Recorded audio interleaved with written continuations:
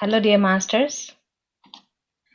A warm welcome to Brahmarshi Patriji, founder of Pyramid Spiritual Society's movement, and the founder chairman of Pyramid Valley International. Thank you, sir. So lovely seeing you, sir, in the morning. Good morning. Good morning. A very good morning, sir. I now ask our managing trustee, Sai Krupa Sagar, sir, to give you words. Namaste, sir. Namaste, Good Baba. morning, sir. Namaste, sir. Namaste, Bindu ma'am. Hello, sir. Namaste, sir. Good morning, dear friends. It's great to have our dear Brahmarshi Pitama Patriji with us this morning to answer our questions and also share his wisdom. Thanks to all of you for joining us. And I see a lot of friends and well-wishers of Pyramid Valley and key masters from Pyramid Spiritual Society's movement. Welcome to all of you. I think now sir, your message, and then we'll get started with the questions, sir. Yes, Varahamurti. Swamiji, namaskar. Namaskar, Baba. Yes, sir. So 1 hour we are having a question and answer session, and finally last 15 minutes we are having once again music meditation once again, and closing the session. Sir, will you give first your message, sir? Anything? No, first questions. Okay, sir. The message will come in answers itself. Yes. Okay. So first question I want to clarify. So what is the difference between heart and soul? What is the difference between heart and soul? When you are speaking of heart, it is not the physical heart or the physical body. It is the heart means the center. What is the heart of the matter? When we put a question, what is the center core philosophy? That's what we are questioning. Heart represents the center.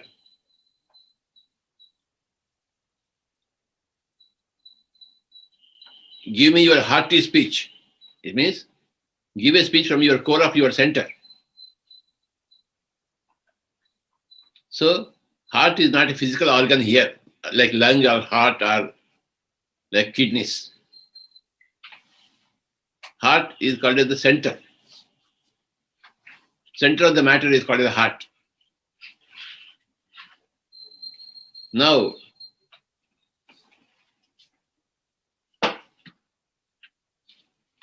soul. Soul is the center of everything. Soul is the center of spirituality.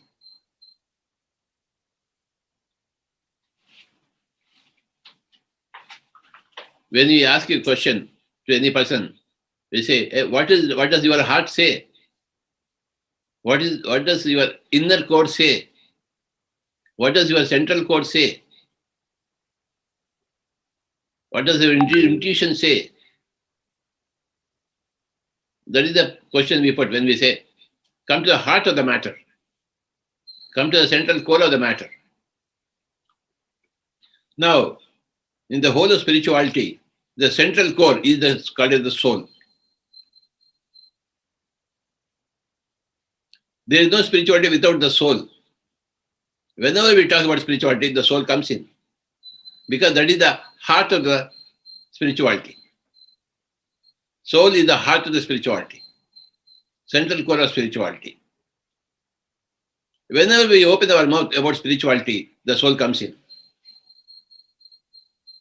The soul is the heart of spirituality. Central core of spirituality. All talk about spirituality centers around soul. What is soul? Soul is a speck of awareness. It's a speck of energy. It's a speck of consciousness. It's a speck of wisdom. ECW. E for energy, C for consciousness, and W for wisdom. A soul is a quantum of energy, is a quantum of consciousness, is a quantum of wisdom.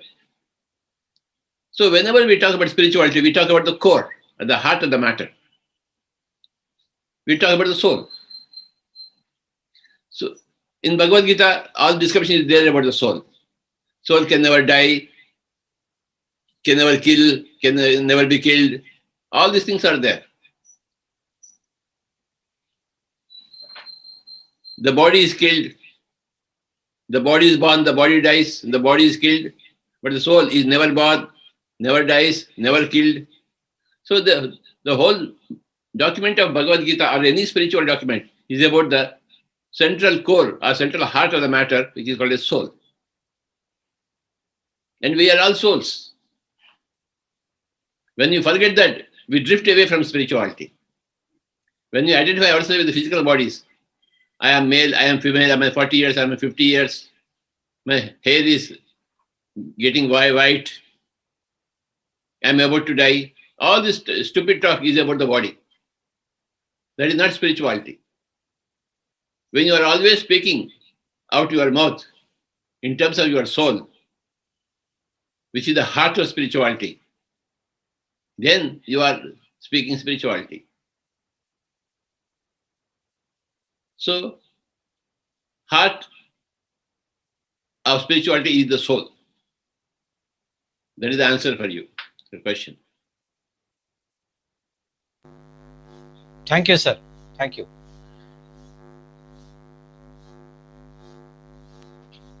So, Patri sir, we have received few questions from the audience. I would like to ask on their behalf, sir. So, a person from US has asked how to recognize the true purpose in life and how to stay focused on it. The true purpose is always automatically springs out of the heart of the matter, heart of life. Everybody's activities emanate from their center. For example, the purpose of life for Mahatma Gandhiji was not meditation or music or cricket or badminton. It was liberation of the country. So he realized the purpose of his life. The purpose of life for Mother Teresa was to serve all the downtrodden, the man on the street. So she worked for that. The purpose of Bismillah Khan was only Shahnai, not liberation of the country, not any to become an MLA or MP. So always you know the purpose of life from the central core of your heart. The purpose of Shalini is to stay in Pyramid Valley and conduct all the sessions. Yes, sir. The purpose of Krupa Sagar is to take care of the Pyramid Valley. That's why he is born. And the purpose of my life is to give a talk about the purpose of everybody's life. That is the purpose of my life. To clarify what is the purpose of life, that is the purpose of my life. So, everybody knows their own purpose. A mother knows her purpose, that a mother's duty is only to raise the children. The mother cannot see anything other than the children. The mother constantly sees the welfare of their children, how to bring them up. Well, that is the purpose of the mother. The purpose of the mother is not music or working for the country. The purpose of the mother is to take care of the children. How does it that mother know that her purpose is children? Automatically she knows.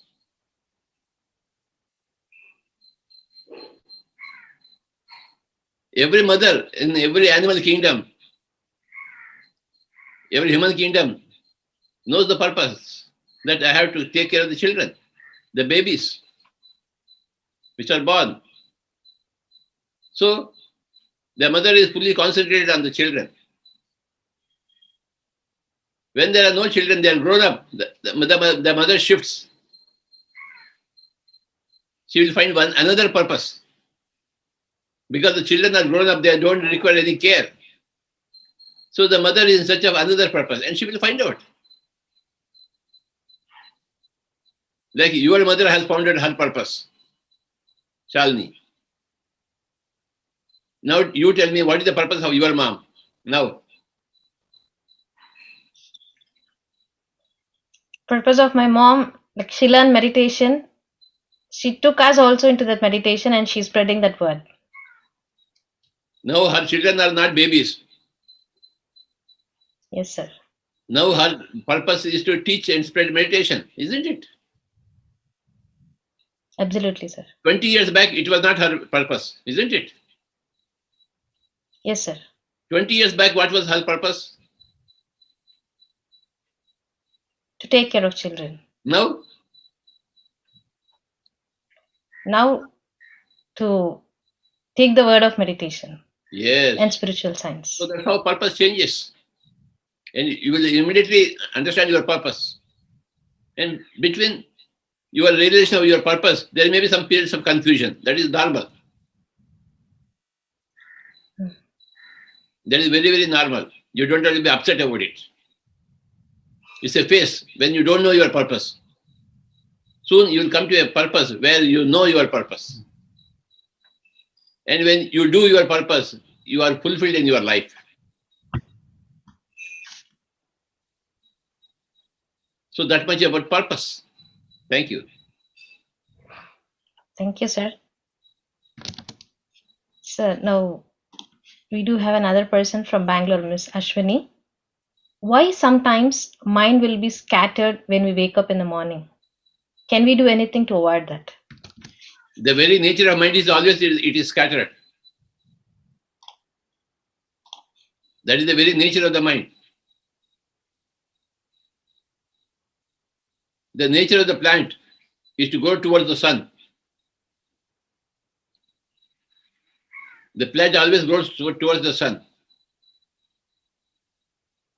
The nature of the roots is always to go to the center of the earth. So similarly, the nature of the mind is always it is scattered. That is the very nature of it. That is the problem for everybody. That everybody's mind is scattered. And the solution is meditation. Or doing some work, karma yoga. When you're doing some work concentratedly, your mind is concentrated, not scattered. When you are reading a book, your mind is not scattered, it is concentrated. That is jnana yoga. When you're singing a bhajan, your mind is not scattered. That is bhakti yoga. When you're observing the breath, the mind again becomes unscattered. That is the dhyana yoga. So any of this karma yoga, or jnana yoga, or bhakti yoga, or raja yoga, the mind becomes concentrated, unscattered. That's why they are called a yoga. Karma yoga, jnana yoga, dhyana yoga, bhakti yoga. Through yoga, the scattered mind becomes concentrated, becomes one-pointed. That is called a yoga. Any of the yogas, the mind becomes unscattered and the soul is happy. As long as the mind is scattered, the soul is unhappy, it is confused. So when the mind is under control, unscattered, by practicing any of the yogas, any of the ways, then the soul is happy. Soul is able to achieve certain results, tangible results in the day-to-day life. That's why we want yoga everywhere.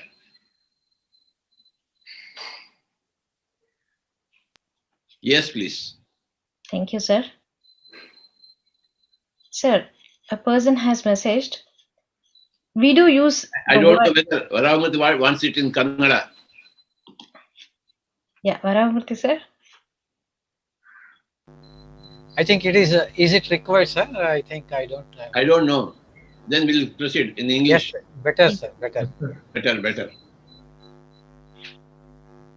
So a person from the audience, they have messaged. We use the word surrender ourselves. So what is the meaning of it? Repeat the question. Surrendering ourselves, surrender to the nature, surrendering ourselves. We don't surrender ourselves. We cannot surrender ourselves. We understand others. We understand nature. We understand others. We understand ourselves. There is no way to surrender. What is this surrender concept? I can't understand. I never surrender myself to anybody or anything. But when I try to understand others, I listen closely. I never surrendered to any of my gurus in music. But when they taught the music to me, I was very keenly listening to them. And I could absorb some gamakas from my teachers, some technology from the teachers. We are here to learn from everybody, not to surrender to anything.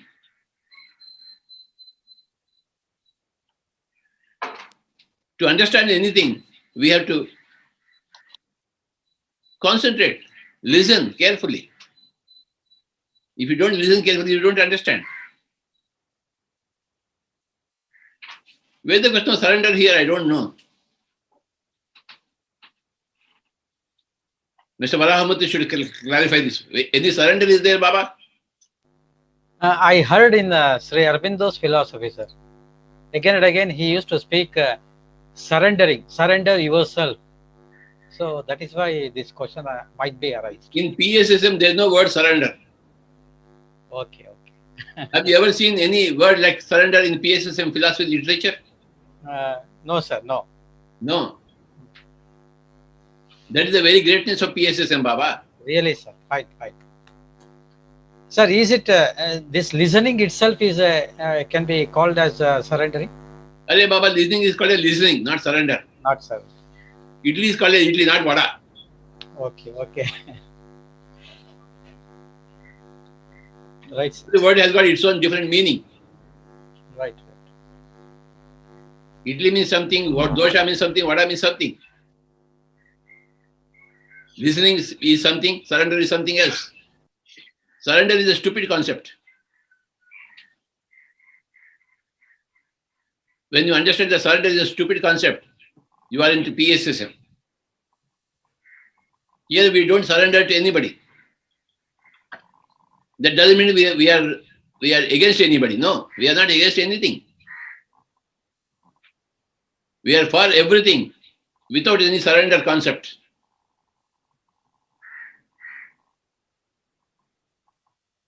We are working for the society without surrendering for the society. We are working for the parents without surrendering to the parents. We are working for the PSSM without surrendering to the PSSM. There is no surrender, Baba. And that is PSSM. What do you say, Kripasagar? Yes, sir. Agreed. Sir, surrendering to ourselves in, sir. How can you surrender? Surrender is only to something else, which are not you. That is the words of surrender. Okay. You don't surrender yourself to yourself. That is stupid. Okay, sir. See, you try to understand yourself. That's why you do meditation. You want to understand others, you listen to them. When you want to understand yourself, you listen to yourself. Where is the question of surrender here?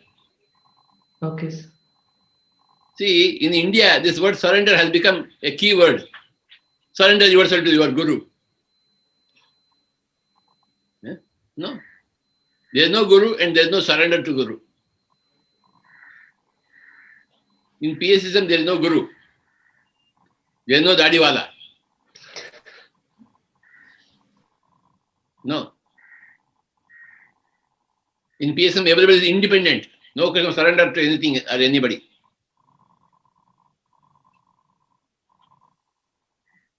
Whatever we want, we try to understand that through our concentration, through our focus on that particular thing. So they are the concept, but there's no surrender, Baba. But I'm glad somebody put this question so that I could speak about it. Yes, sir. Absolutely, sir. So next we have our dear friend Ananti. Yes. Please go ahead. Thank you, Master Shalini. Namaste, sir. Good morning to everybody. So I have a question. We have been hearing about the words freedom and free will. So are they both the same or are they different? Can you just explain with some examples, sir? Repeat. The words freedom and free will. Are they both Both are same. okay. Freedom and free will are the same. The words are the same. Meaning the same. Meaning your independence always.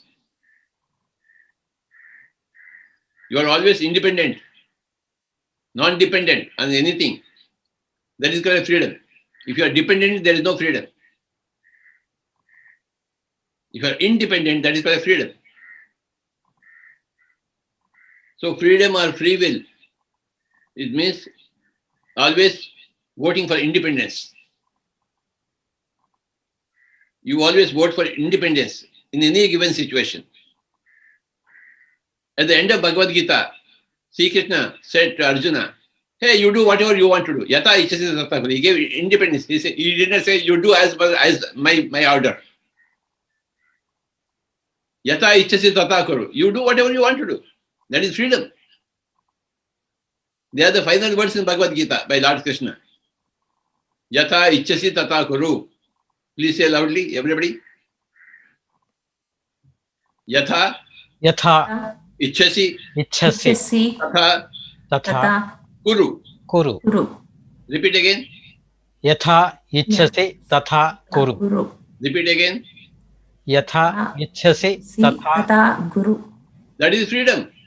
So Sri Krishna gave freedom to Arjuna. You do whatever you want. You are always independent variety. Don't surrender to me. There is no kind of surrender. Sri Krishna is against surrender. If he were for surrender, he would have said, hey, you surrender yourself to me. No. You do whatever you want to do. At any given time, in any given place or situation, whatever your heart says, you do it. You don't have to, you can listen carefully to my words, but don't surrender to myself. Keep your independence intact. You do whatever you want to do. That is the final statement in Bhagavad Gita by Lord Krishna. And that is the first statement in PSSM.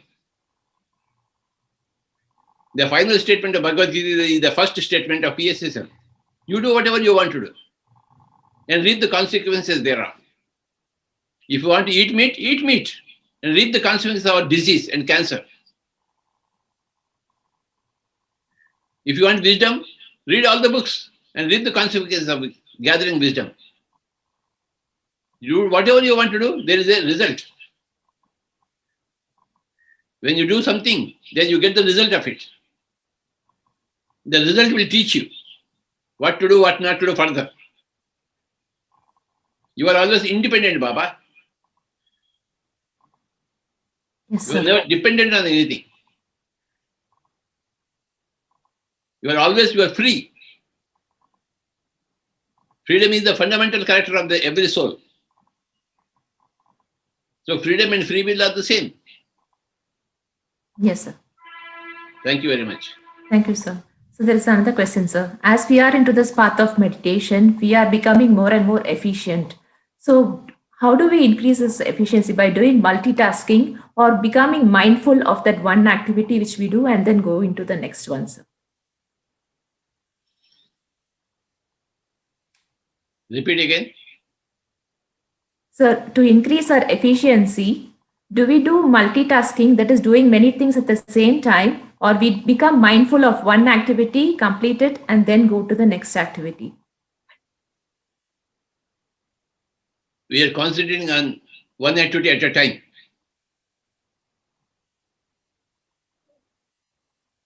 We are always concentrating one thing at a time. 1 minute we may be considering one thing, the next minute we may consider something. That is not multitask, that is only single tasking. In a day, you can study 100 subjects, but that is not multitasking. At any given time, you are only single tasking, not multitasking. When you are talking, You are only focusing your attention on what words to speak. Now, when I am speaking, you are focusing only on my speech. It is not multitasking, it is only single tasking. Every given moment, you can concentrate only on one thing. In a day, of course, you can concentrate on 1,000 things. In a whole lifetime, you can focus on million things. But at a given point of time, you are always only single tasking, not multitasking. So at a given time, supposing you are cutting your vegetables, you are not multitasking at that time. You are only cutting the vegetables. And if you are not cutting your vegetables properly, you are cutting your own fingers. Yes, sir. There is no question of multitasking, Baba. At any given moment, there is only single tasking. In a whole lifetime, there is multitasking. That's a different point. At a given moment, there is only single tasking. There is no multitasking. When you are driving, you are only driving. Otherwise, there is an accident. When you are driving on the roads, if you have 100 things in your mind, definitely you won't reach your office. You will go to Yamaloka direct with your stupid multitasking. Yes, sir. Thank you, Baba. Thank you, sir. Superb answer, sir. So we're just saying that be in this golden present moment. Thank you, sir. Sir, as we were saying about this multitasking and mindful activity, so can we ask something about how to increase our awareness, some techniques to increase the awareness?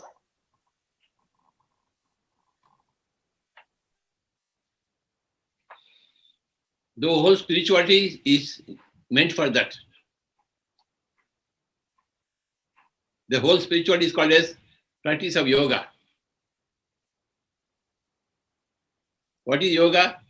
Union with yourself, understanding yourself, or focusing yourself on yourself. That is the yoga. So when you practice yoga, any yoga, karma yoga, bhakti yoga, raja yoga, jnana yoga, dhyana yoga, hatha yoga, any yoga, nada yoga, then you are increasing your ability to concentrate on the given moment. That's why yoga is there. Nada yoga, music. Hatha yoga, body postures. Jnana yoga, when you are listening to Bhagavad Gita lecture by somebody. Karma yoga, when you are stitching your cloth. When you are cooking, you are doing some karma. Your mind is getting focused. So any of the yoga, then you are increasing your efficiency in your work. Yoga karmasu kaushalam. This is a statement from Bhagavad Gita. Through yoga, we increase the efficiency in whatever we do. Whatever act we do, yoga karmasu kaushalam. So the whole yoga is geared towards increasing the efficiency of whatever you do. There's a direct answer available in Bhagavad Gita, Baba. Why you come to me? Yes, sir. So we have Miss Latika here with us. She want to ask a question, sir. Latika ma'am, please. Okay. I had a question like, why God created duality in such a way that we lost our consciousness of extreme misconduct. Like when I hear news on TV, it makes me want to question why God did not give us that much of limit of free will or freedom or consciousness that would never harm anybody. Why couldn't his Leela be free of all these calamities and misconduct, the killing, the murder, the rape, the poisonous behaviors? Why couldn't he make a Leela which was created to only love, spread joy, happiness, and we would never lose our mind? It's now like God is seeking God itself. We are living consciousness, but we've forgotten so much so that we are harming ourselves and others. So my painful intent and search is why God created such a duality that we lost it all so much. It hurts. Actually, it hurts. And I wanted to know the answer to that. Forget about God. Let us talk about man. There is a boxing game. Why do people box and hit each other? You tell me. Why? Is that a game or what? Why man has created boxing? You tell me. Is it good or bad? Why couldn't he not do the boxing and do hugging? Why? Why do such an act that will? Why man has created boxing? I am putting a question to you. You give me an answer. Why does he do that? For him, it's a choice. It's a game to hit the other fellow. And so many people go and see that boxing feat, that kusti. You see the WWF in the TV. They break each other's bones. And thousands of people watch that. You also watch, I also watch. Yeah, as a detached observer, we can observe, okay, everything is happening, it's his Leela. So God has learned from the man. So he has created all these problems. Sorry, could you repeat that for me? God has learned from you. God has learned from the man how to create all the problems for the man. And he's enjoying the game. Yeah. Like we are all enjoying the boxing game. So God is living through us and enjoying that kind of a Leela. Yes, God is learning from the man. You are right. I wish God never lost his mind. So much so. Oh God. That's okay. God never loses his mind. God learns from every man. Yeah. It's all a game. Yeah. Hitting each other is a game. So how can I be sometimes I teach myself it's just a Leela. It's just God creating its own chaos and, and learning through it, evolving through it. And maybe everything is perfectly orchestrated. But somehow... Start learning the game of meditation. Then you will understand. Obviously, you are not a meditator to put this question. Sorry? Obviously, you are not a meditator to put this question. If you want to understand God or man, you must do meditation. To go to the peak, to understand and get detached, observer. Yes, when you don't understand, it's all horrible. When you understand, it's all a game. Yeah, then it hurts somewhere. Yeah. When you understand it as a game, you go and watch that boxing game. Okay. So you will pay for it and go to the match. Okay, so God created duality to enjoy this chaos and compassion at the same time. The way man has created boxing game, the same way God has created the whole creation. Okay. Thank you, Latika ma'am. Yes, it was interesting example with the WWF, sir. Thank you, sir. I watch the WWF all the time. It's very, very interesting for me. Even the ladies, how they fight. Break each other's bones. Very, very interesting. Yes, sir. Sir, now we have our dear Master Naga Srinivas ji from New Delhi. Sir, please. Pranam, sir. Namaste, sir. Very good morning to all of you. Yes, so, I had a question like often we get to hear from, different meditation sessions like people say unconditional love. So, love can be conditional or unconditional? This is again another stupid concept, unconditional. Any love or any enmity is only conditional. Yesterday you fought with me, that doesn't mean that I am going to fight with you now. Yesterday the condition was different, today the condition is different. Raat gayi to baat gayi. So your friendship or enmity is always conditional. It's not unconditional enmity or unconditional love. Once you are enemy, you are always enemy. It's never like that. Once you are friendly, you are always friendly. No. If Naga Srinivas is funny, I will not be a friend to Naga Srinivas. Only when he is friendly with me, then only I will be friendly with him. If he is acting stupidly, then I will cease to be a friend with Naga Srinivas. My friendship with Naga Srinivas depends upon his friendship with me. My openness with Naga Srinivas will be dependent upon his openness with me. If he is acting funnily, I will also act funnily. There is no question of unconditional love at all. It's another stupid concept available everywhere. Unconditional love. Very, very funny. And very, very stupid. Not PSSM. In PSSM, everything is conditional. Your friendship is conditional. Your enmity is also conditional. Yesterday you spoke something stupid, so I didn't speak to you. But today, when you are speaking, I will again whether you are talking sense or nonsense. If today you are talking nonsense, I won't speak to you. And today, if you are speaking sense, I will talk to you. Definitely, I will talk to you. What I do today doesn't depend upon what I did yesterday. The way I react today to you doesn't depend upon the way I reacted to you yesterday. Raat gayi to baat gayi. Everything is conditioned. Depends upon the present situation, present scenario. Not on the past scenario and past. Doesn't flow from the past. All your actions and reactions flow from the present. And the present conditions may be different, are different. I'll give you some example. Krishna said, I will never hold a weapon in my hand. But after 10 days of war, Krishna went to Bhishma, catching his weapon in his hand. I will kill Bhishma myself. Krishna ran towards Bhishma to kill Bhishma.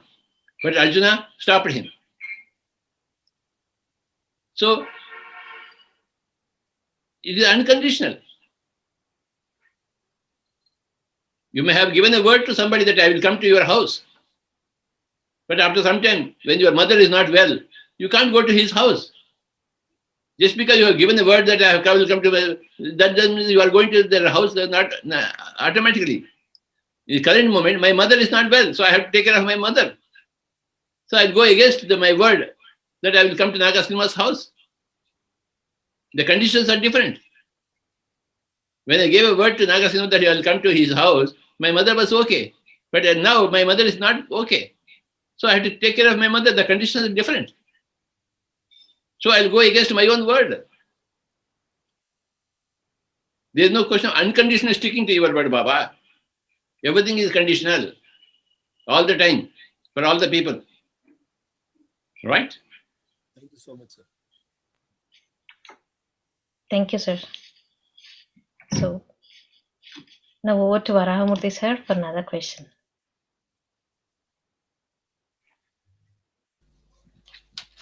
Swamiji, we are listening two eyes actually. One eye is body and another one is our self or spirit. So I want to know what is there in the second eye actually. There are three eyes, not two eyes. Oh, yes, yes. In the word infinity, there are three eyes. Ah, right. Infinity. The three eyes are in infinity. Yes, yes. And we are all infinity. The first eye is the personality eye. I am male, I am female, I am Kshatriya, I am Brahmin. All this is personality eye. The second eye is the soul's eye. I am an Atma. I am a consciousness. I am a speck of ECK, ECW. That is the second eye. The third eye is I am everything.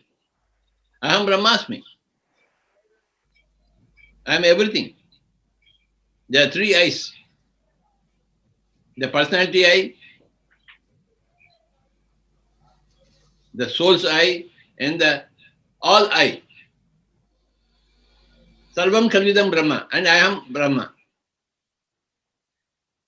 So we function at the three eyes level. This concept about three eyes in the word infinity has come from the book called as Going Within. It's a very beautiful concept. The three eyes.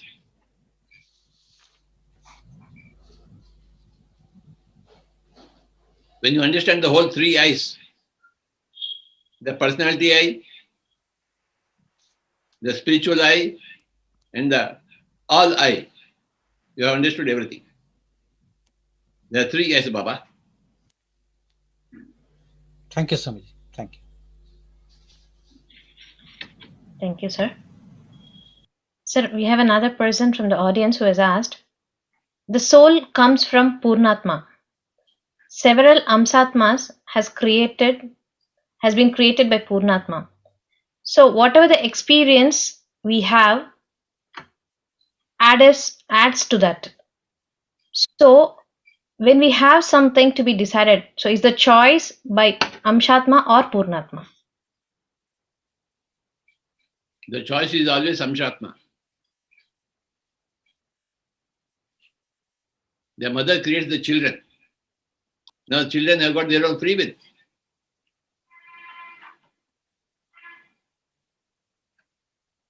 They learn from themselves. But they are under the constant guidance of the mother.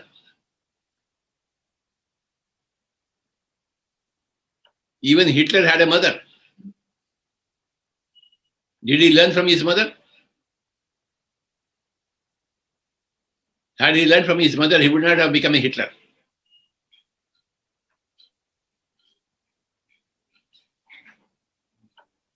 Even Kamsa had a mother. Krishna also had a mother. Mother is there, constant, everywhere. But you become a Hitler, or you become a Kamsa, or you become a Krishna, or you become a Buddha. Depends upon yourself.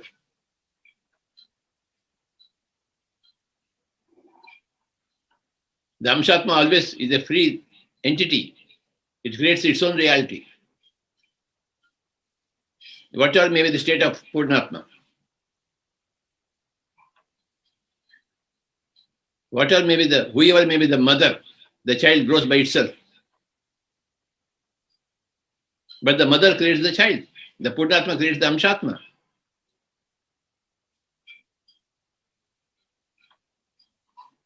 The mother does not control the child.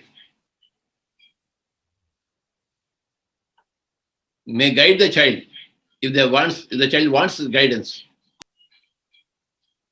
But the mother cannot control the child. The child is not a toy to be controlled. It's not a mechanism. It's a live thing. With free will, freedom to do whatever it wants to do, to become a Hitler or to become a Buddha.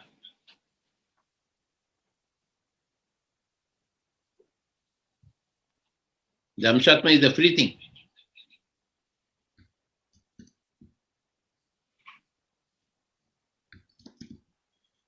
Yes? Yes, sir. Thank you, sir. Sir, we also say now the earth has come into the 5D, fifth dimension. So can you say something about that shift of dimension? A dimension shift happens when the majority of the people inhabiting the earth planet, they begin to change, they begin to think differently. Dimension changes when you think differently.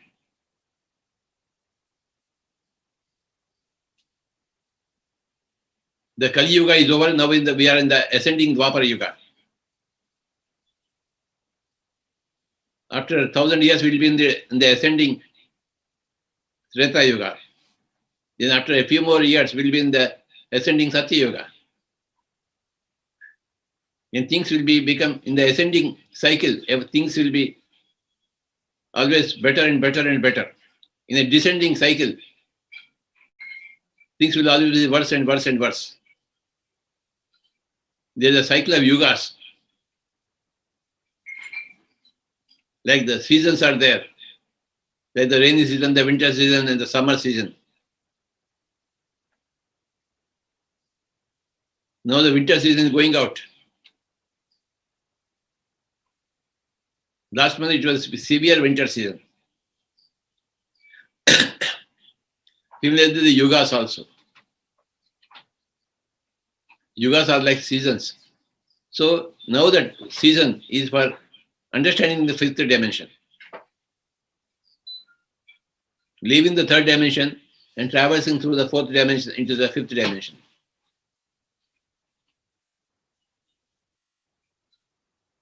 When you understand that there is no time, you are into the fourth dimension. When you understand that there is no space, you are in the fifth dimension. Okay. When you are always talking about time and space, you are in the third dimension. Now, many people are talking about eternity of the soul. So you are leaving the third dimension into the fourth dimension. For space also, if you forget about space, you are into the fifth dimension. Many people in the world, in the Earth planet, now are thinking in terms of no time, no place, no situation. So the dimensions are getting changed en masse.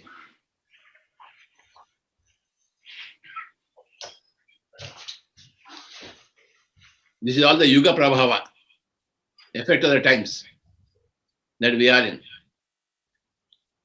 We are affecting the times that we are in, and the times are also affecting our own personal lives. Both ways. We are affecting the masses, and the masses are affecting us. We are affecting the times, and times are affecting us.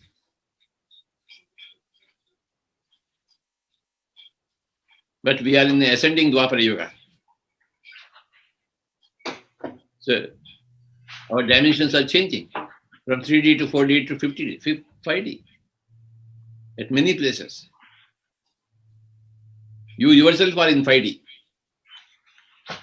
Thank you, sir. You are not a 3D person. You are a 5D person. All pyramid masters are 5D persons. Out of time, out of place, out of space. They are not in time, they are not in space. When they are talking in Zoom, now are we in space? You are in Bangalore, I am in Vizag. But we are in the same space. Absolutely, sir. We have overcome the space. Through this Zoom, we have left the space. We are all in the fifth dimension. Isn't it? Yes, sir. At this very moment, have we not overcome the space? We have, sir. So we are all 5D people right now. When you think of your body, you are in the 3D. When you think of the soul, soul is no time, eternity. You have left the 3 dimension to become the 4D. When you're speaking like this on this Zoom, we are all 5D people. The whole world has become 5D now. Everywhere there is Zoom. Calling on the phone, talking on the phone, seeing each other. Yes. Right, sir. So with the simple seasonal changes, you gave the example and we can understand it very easily, sir. Thank you, sir. So now I would like to ask Sagar, sir, to go on with the question. Sir, I have a question, but before that, I just want to put forth one question from Mr. Vikash from Bangalore. His question is, as we progress in spirituality, a point comes where we feel contentment with everything that is. His question is, doesn't that contentment mean laziness? I don't want to do anything. So with that mode, how do I progress in materialistic life? That's his question, sir. Contentment is contentment, laziness is laziness. Don't confuse the words. Neither aloo is tomato, tomato is not aloo. Contentment doesn't mean laziness. And laziness doesn't mean contentment. Laziness is laziness and contentment is contentment. Both are different things. You can be lazy at any time and you can be contented at any time. It depends upon your choice, your viewpoint. If I don't get up early in the morning, 6:30 now, and answer Sai Kripa Sagar, I am lazy. I should attend this Zoom. So I get up 6 o'clock, take my bath, and be ready for Sai Kripa Sagar. So I'm not lazy. That doesn't mean that I'm contented with Sai Kripa Sagar. No, I'm not contented with Sai Kripa Sagar. I am not lazy. Okay. So contentment is different, laziness is different. I want everybody to be contented always and never lazy. I think the question, I think is coming from the fact that contented means I don't need to do anything more. So I'm very happy kind of thing. That's very, very fine. You don't have to do anything. You can be always happy without doing anything else. You don't have to do anything to be contented, to be happy. If you can be happy without any doing, that's perfect. Ramana Maharshi was always happy without doing anything. He never did anything. He was always happy, contented. Gandhiji was always doing something, the opposite of Ramana Maharshi. And if he doesn't do, he is not contented. If he doesn't fight against the British, he is not contented.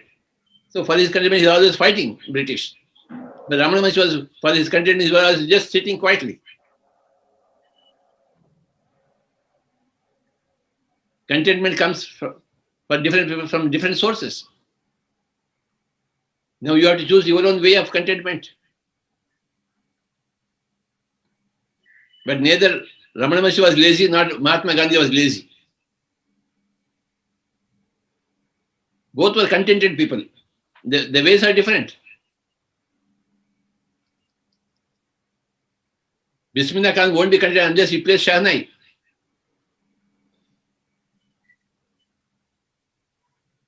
So contentment comes in various ways to various people.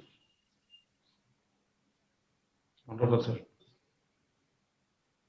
You may do something, you may not do anything.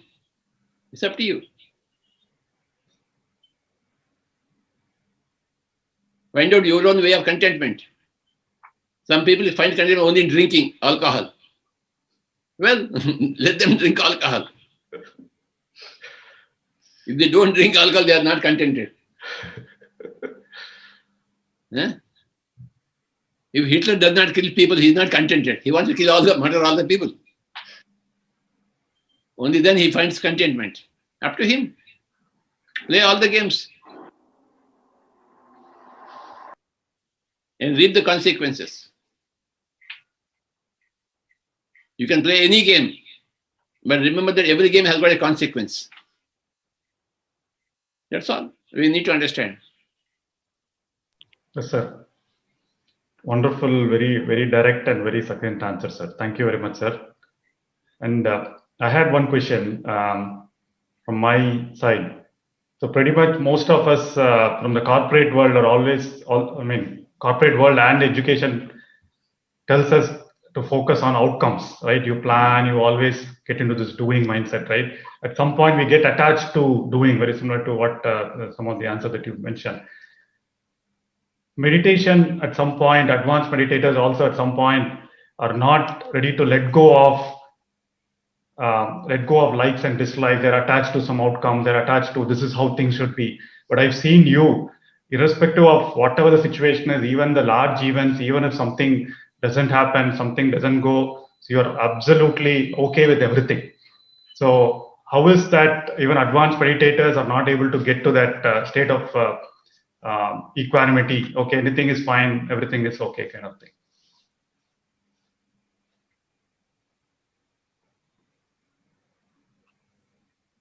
Even if they are not advanced to that level, it's okay.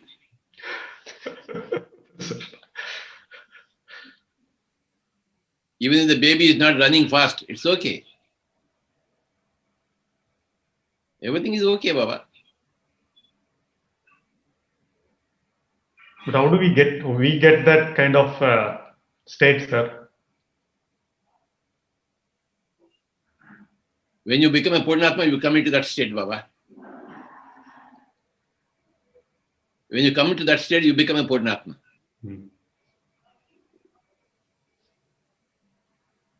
It takes many incarnations to become a Purnatma, the Anshatma.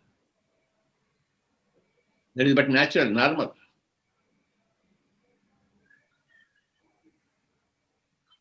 But everybody's destiny is Purnatma. Everybody will come to that stage.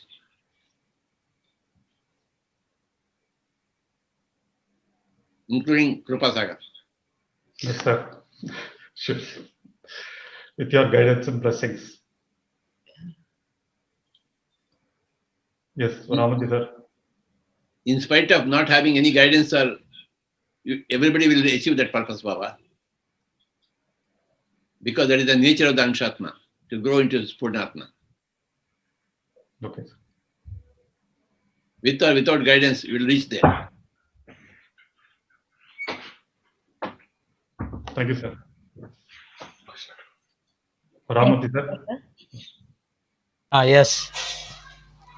Sir, in meditation, we concentrate more and more and explain more and more about this mind only.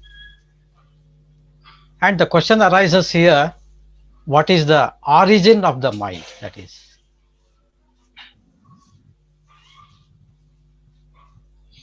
When the soul comes into the body, the very soul coming into the body is called as the mind. Mind is the soul from the viewpoint of the matter. Yeah. Tell me, is the sun rising or not rising? Actually, not rising. But we used to say it is rising. yes, that is the mind. Oh. That viewpoint is mind. The soul doesn't rise, doesn't set up. That is the viewpoint of the soul. But we see sunrise everywhere, that is the mind. Yeah. The soul is the mind in the matter. Mind is the soul without the matter.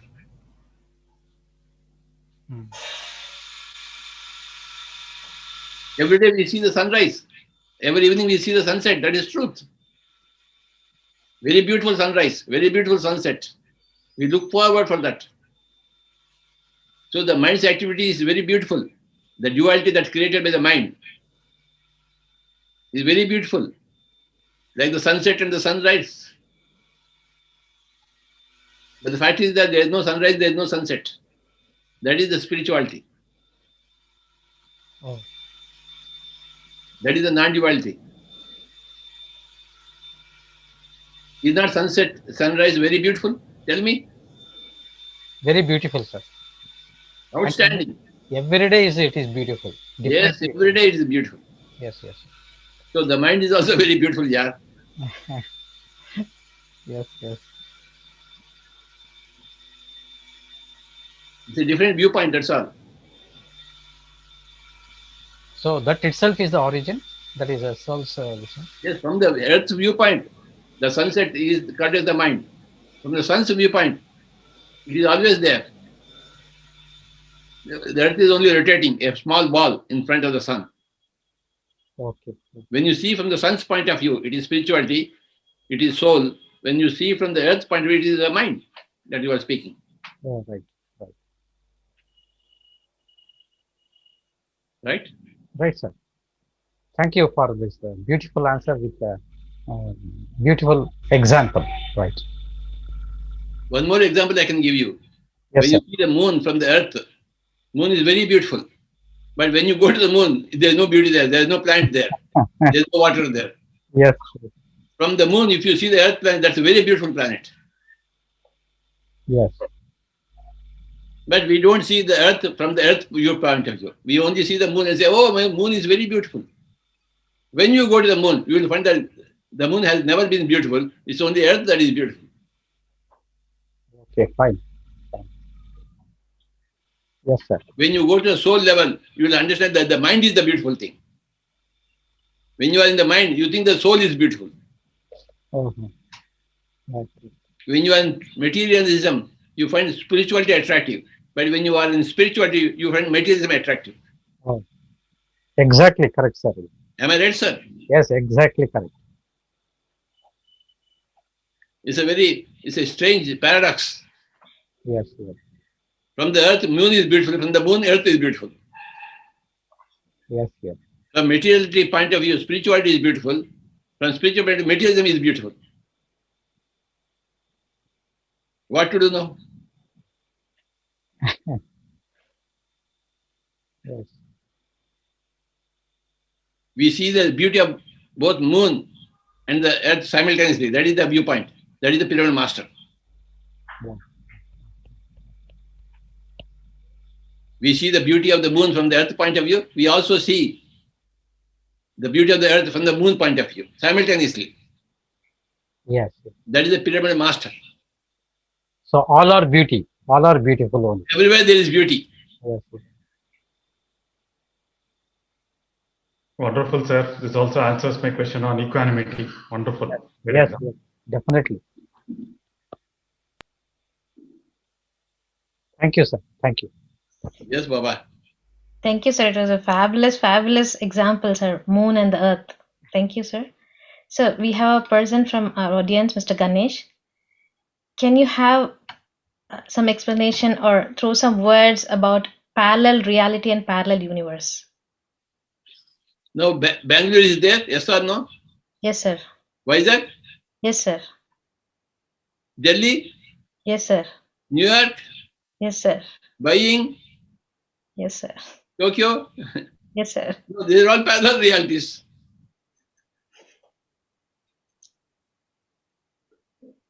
Sai Kripa Sagar is there? Yes, sir. He's here. Bindu Madam is there? Yes, sir. In the same room? No, Both sir. the realities? Yes, Same sir. realities are parallel realities.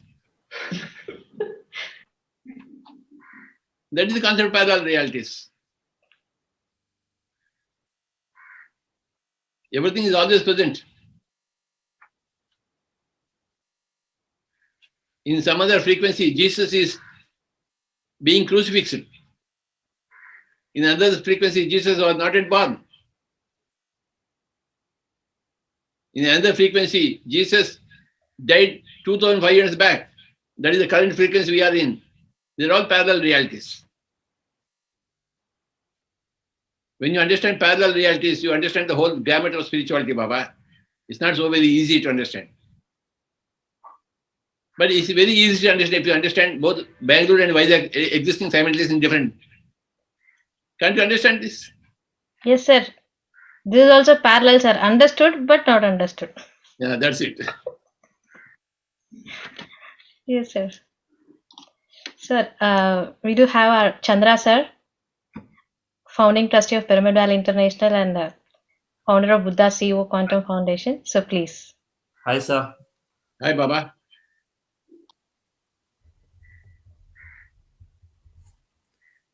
Sir,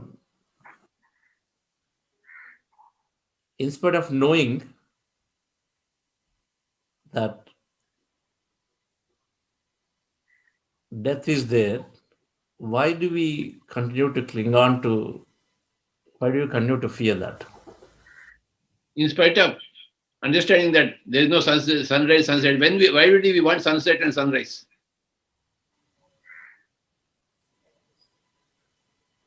That is the answer to your question.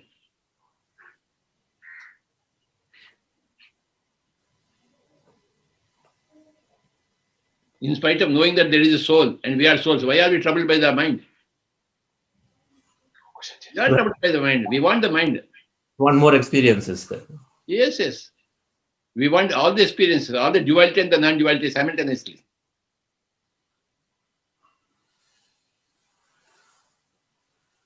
There is beauty everywhere, in every situation. Every situation, there is a lesson to learn. We want lessons from all the situations.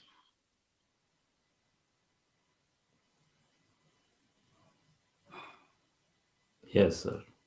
Everything is welcome. Success is welcome, failure is welcome. Failure is a stepping stone for success. Through apaswaras only you come to suswara. True. You can't directly come to suswara. So the apaswaras, are they bad or are they wrong or are they right? That's absolutely right, sir. So See the contrast. Yes, yes. Everything is perfect as it is, Baba. Yes. When you do something, it is perfect. When you don't do anything, it is also perfect. When you are bad, it is perfect. When you are good, it is equally perfect. That's why you must go beyond the concepts of bad and good. Shubha, Ashubha, Parityagi. Yes. Means understand the beauty of both the things. Then only you go beyond that. Shubha, Ashubha, Parityagi.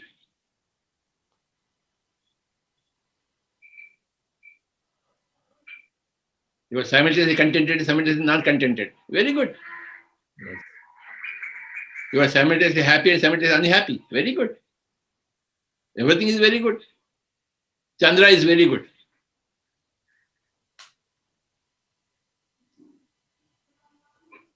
Yesterday I saw your dad, yeah. It was very good. Okay, sir. And your mom sang a song, very beautiful song. Okay, sir. That pyramid is nice to me, sir. That bamboo pyramid. Very good, very nice, very nice. Yes, sir. Sir, Atma was so happy, sir, yesterday. Hmm.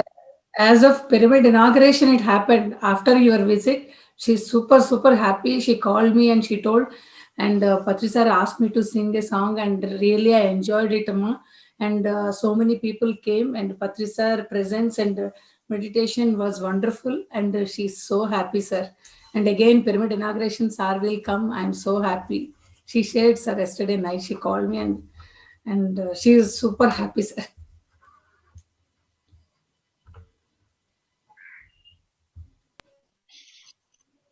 And yesterday that meeting in the Sadhu Mata was very good. The Rampuram Sadhu Mat, sir. Yes, sir. This is a new way of a PMC inside Mat. Yes, yes. It was wonderful Yes. to have a pyramid meditation channel studio in a Sadhu Mat. Sadhu Mat. Yes, sir. Absolutely right place to be there. Definitely, sir. And they are also going to construct a pyramid. Pyramid also, yes, sir. It's I visited that several times. My childhood was full of this mat, sir. So many times. I also felt pretty happy when Venu got into that. And it's also a beautiful place, countryside. I think there's so many things. On the main road, very good. Main road, yes.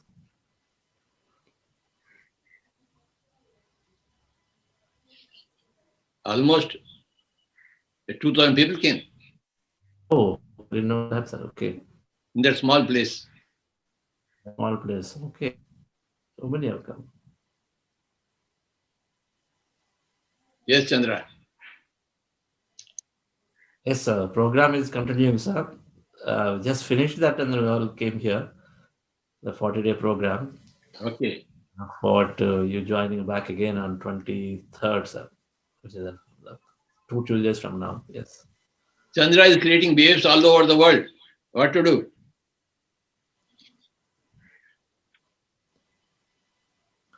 With your absolute guidance and teaching, sir. You made it so simple. All the concepts, just like the sun and the earth and moon concept.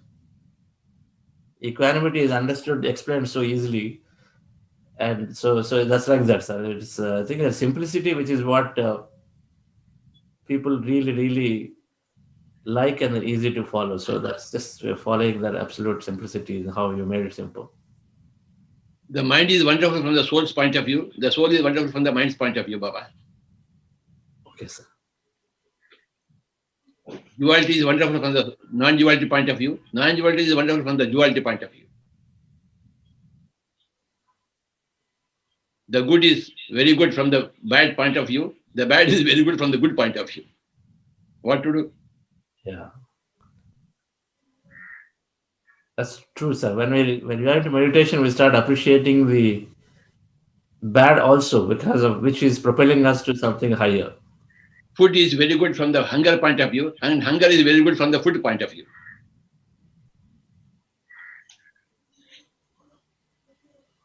If there is no hunger, there is no food.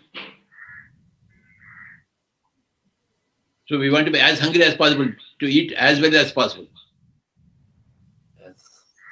Hunger is a prerequisite for food. Hunger is not suffering. Hunger is a prerequisite. If you want to eat well. If you don't want to eat well, if you don't want to eat, then no hunger is required. But if you want to eat, the hunger is required.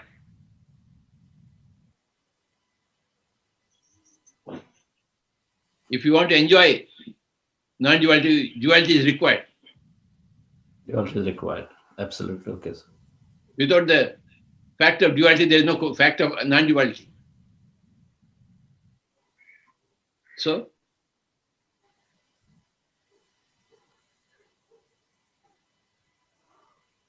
without a baby, there is no adult. You can't straight away be an adult, be born as an adult. You have to be born only as a baby. Then the baby ultimately becomes an adult. The baby does not remain as a baby. But you can't be born as an adult. You can be born only as a baby. So no complaints against any baby who is not able to sing, who is not able to walk, who is not able to dance. When is my baby going to sing? When is my baby going to dance? When is my baby going to become grown up? No, the baby is beautiful. Enjoy the beauty of the baby. When the baby is a baby. When the baby becomes a child, enjoy the beauty of the child. When the child is becoming adolescent, enjoy the beauty of the adolescent. Finally, when the adolescent becomes the adult, then enjoy the adult.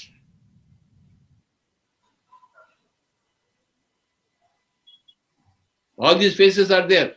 The babyhood, the childhood, the adolescenthood, the adulthood, and the maturity, and the old age. All these things are there. Similarly, the soul's age. There is the baby soul, there is a child soul, there is the infant soul, the infinite soul, all souls, types souls are there. We enjoy every stage. No complaint against anything. No non-understanding of any stage. The seed stage is there, the sapling is there, the tree is there, all stages are there. The whole tree was once a seed only. Very, very small, tiny seed. Now the tiny seed has become a big banyan tree. But the whole banyan tree was there in the seed. You can't see the banyan tree in the seed. You only understand that there is a tree in the seed. You can't see it with your eyes. It has not yet come out of the seed. So potentially everybody is a god. Everybody will become a Purnatma. But right now they are Amshatma. You can't see the Purnatma in the Amshatma. You can't see the tree in the seed. But every seed will become a tree, given the conditions. Given the non-conditions also, it will become a tree.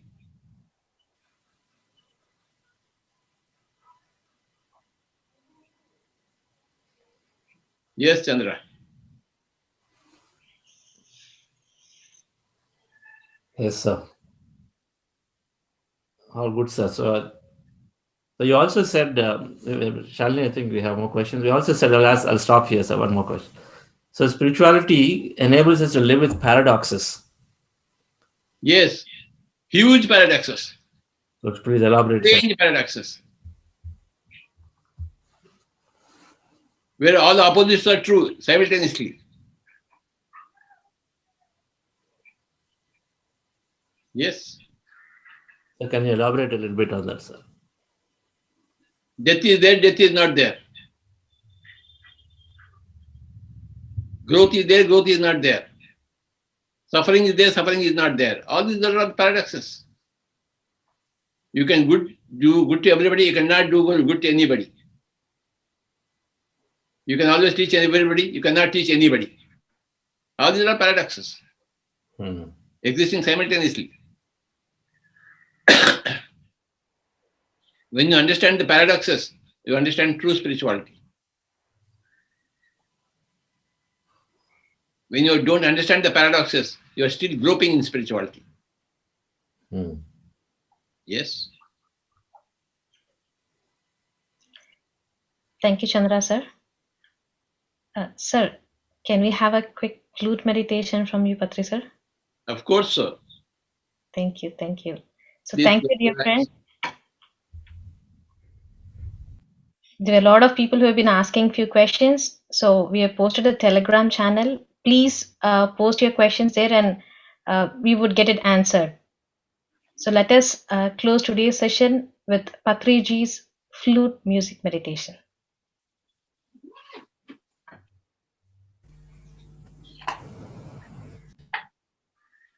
Please close your eyes, hands into hands, fingers into fingers. Sit comfortably and just begin to observe your breathing. The incoming and the outgoing breath. For about 10 minutes, let us do meditation.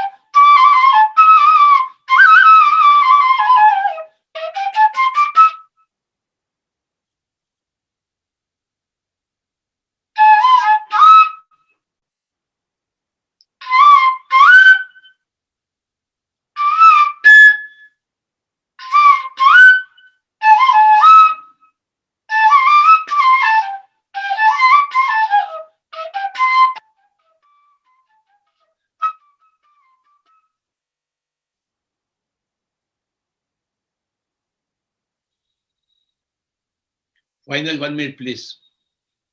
Be with the breath. Normal, natural breath.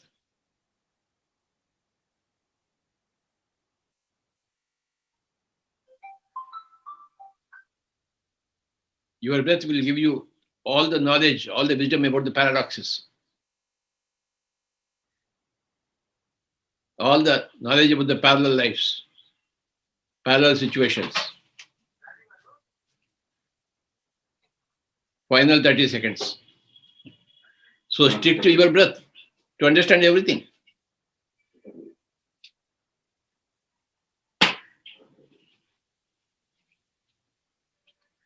The more you go to the breath, the more you become fulfilled.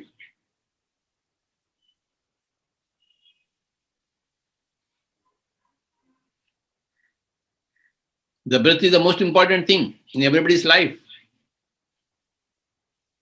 So go to the breath.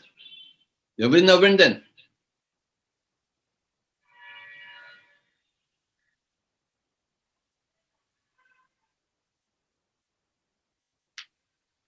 Final 20 seconds.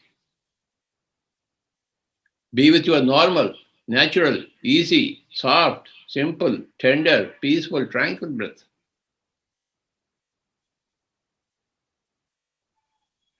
Nothing but the breath.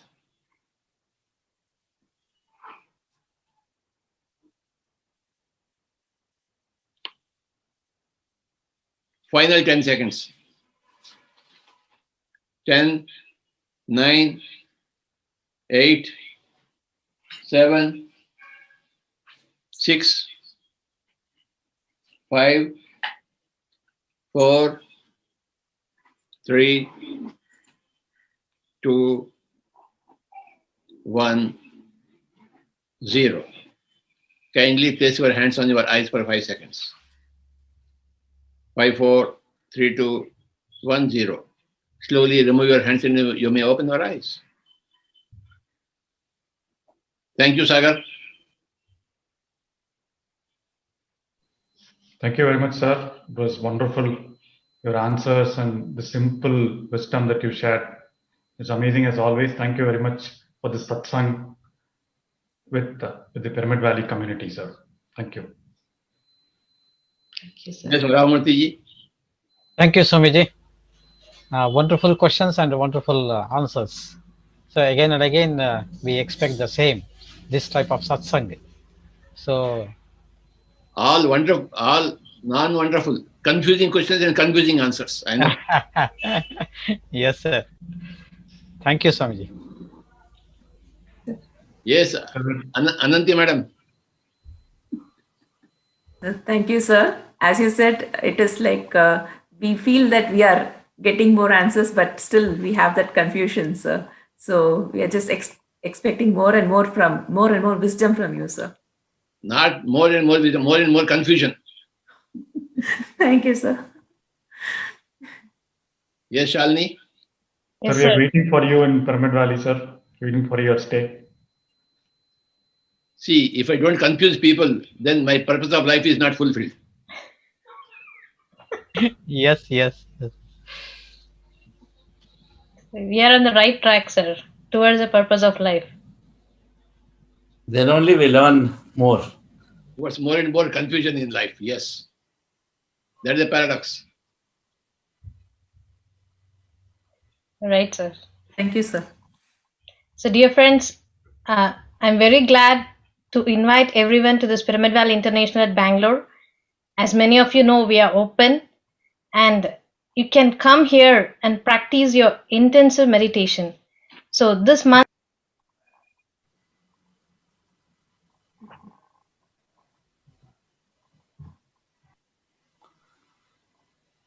so dear friends, I thank everyone who've been here, contributed their questions, and also we received confusing but still a very much of clarity from Patriji. So I invite everyone to Pyramid Valley International Bangalore to come here and practice intensive meditation. So we do have a stillness retreat, a 7-day program where we have intensive meditation of 5 hours of meditation every day, 3 days of silence.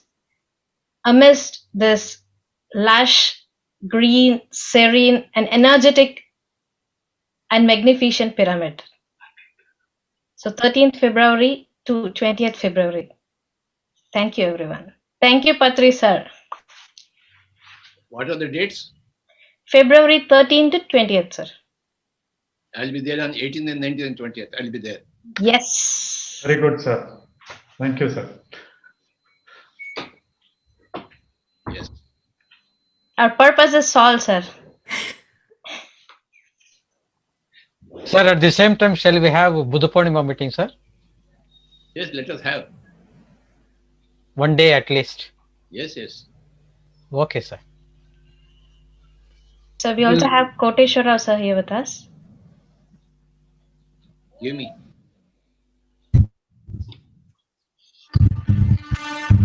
Sir, fantastic session. I can't see you, Baba. Yes, sir. So it's a great opportunity to have your presence in Pyramid Valley on 18th, 19th, 20th. So we shall have one meeting. Purnima and our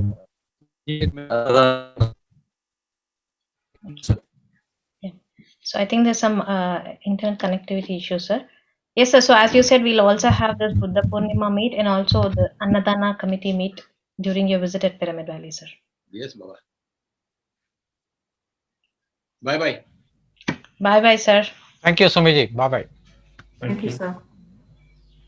Thank you, sir. Thank you, sir.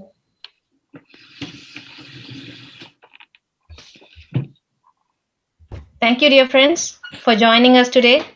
It was a power-packed meditation and the satsang. So we do have a Pyramid Valley YouTube channel to get few more videos from the Master Patriji. So please visit our website www.pyramidvalley.org. We also posted the WhatsApp number. If you have any questions, please post on it and we will get it answered. Thank you everyone for joining. Thank you, Shalini. Thank you, everyone. Thank you very much, all the team members, those who organized this program, Satsang in the morning. A very nice program. Thank you, Shalini and team, Pyramid Valley International. Thank you. Madhavi, madam. Great. Yes. Thank you, Varamati, sir. Sagar ji, namaskar. Thank you. Thank you. Ananti madam, Shalini madam, and behind the screen, Chandru and other team members are there. Definitely, thanks to all. Sir, PCS, namaskar. Yes, Thank sir. you. Namaste, namaste. Great. Thanks, Chandra Vani, for jumping in after your session. Good.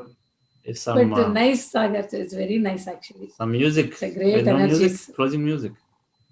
Yes.